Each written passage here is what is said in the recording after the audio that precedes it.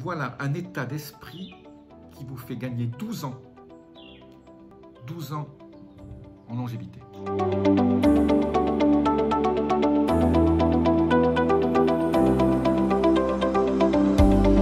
Je suis Jean-Marie Buterlin, je suis expert en rajeunissement longévité et j'aide ma communauté à ajouter de la vie à leur famille et des années à leur vie.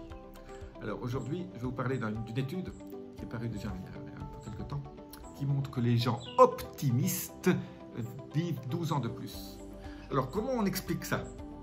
Optimiste, ça veut dire quoi? Ça veut dire qu'ils voient toujours le verre à moitié plein par rapport au verre à moitié vide. Ils ont toujours une solution. Quand il y a un problème qui arrive, ils prennent une grande respiration et ils ne sont pas trop affectés par le problème.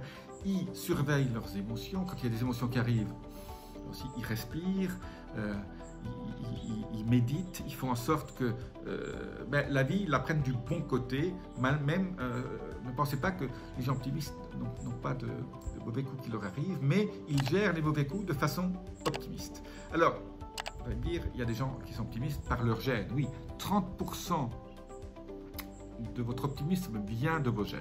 Mais vous avez quand même 70% qui vient de l'épigénétique, c'est-à-dire de la façon dont vous allez, avec le travail que vous faites sur vous-même, et c'est pas en disant aujourd'hui je vais être optimiste. Non, ça peut marcher un tout petit peu, ça marche 5 minutes.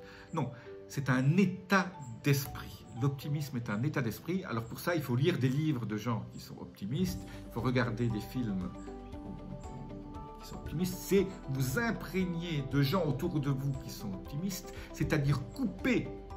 Il faut avoir le courage de ne pas aller à des soirées, à des réunions, ou avoir des gens autour de soi qui sont pessimistes.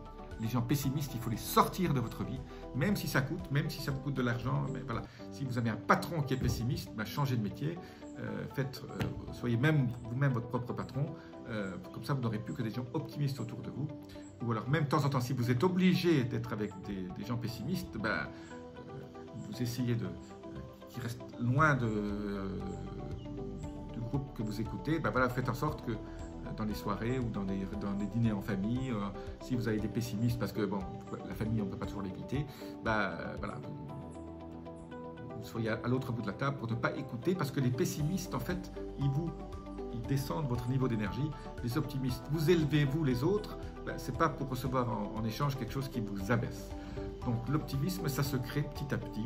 C'est un état d'esprit à avoir. C'est voir, au lieu de voir votre compte en banque en négatif, vous dites demain il sera en positif parce qu'il y a cette chose-là qui est en route, ça va arriver, je vais faire ça, et pas être toujours négatif. Voilà. Les gens optimistes, alors ils vivent 12 ans plus tôt parce que le fait de ne pas être anxieux, ils ne se créent pas ces problèmes qui font en sorte, c'est comme ça qu'on l'explique.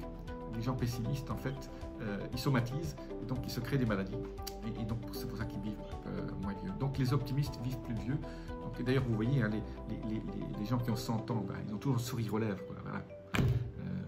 Vous n'avez pas vu de gens qui sont centenaires et qui pleurent tout le temps. Ça n'existe pas. Voilà. L'optimisme, 12 ans de plus d'espérance de vie. Je vous dis à très bientôt. Laissez-moi vos commentaires aussi. Et n'hésitez pas à me dire quels sont les sujets qui vous plaisent pour que je vous en parle plus souvent. À très bientôt. Namasté.